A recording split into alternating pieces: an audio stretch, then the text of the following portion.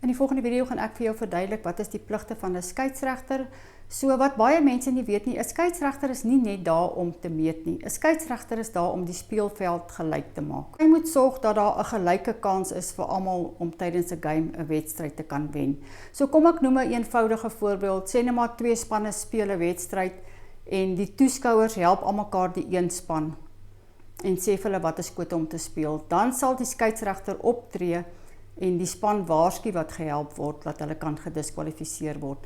'n Skeieregter is ook nie daar om polisieman te speel nie, so sy gaan nie op en af langs die veld loop en kyk wie gebruik sterk drank tydens 'n game nie, maar sy gaan wel optree teen mense wat hulle swak gedra as gevolg van sterk drank wat hulle gebruik.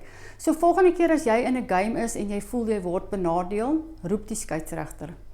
Of as jy in 'n game is en jou opponente sê, jy het nou so opgetree, nou kan ons 4 skote kry, roep die skeieregter as jy nie seker is van daai reël nie.